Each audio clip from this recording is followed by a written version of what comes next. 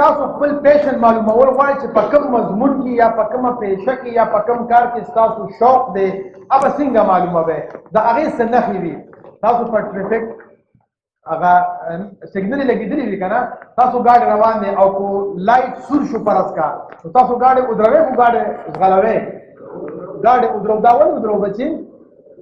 ریډ لایټ نښه لري تاسو ودرېږئ ګرین لایټ نښه دی چې مونږ روان شو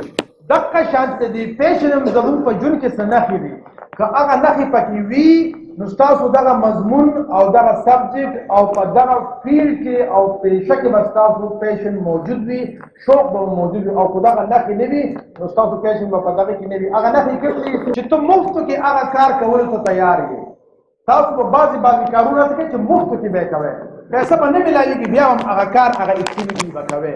نو دا یوه نښه شوه چې دغه کار کې ستاسو پیشن دی د خدای دپاره پښتنو سانونه وپېژنئ ستاسو دپاره خو به ځان له پیغمبر نه راځي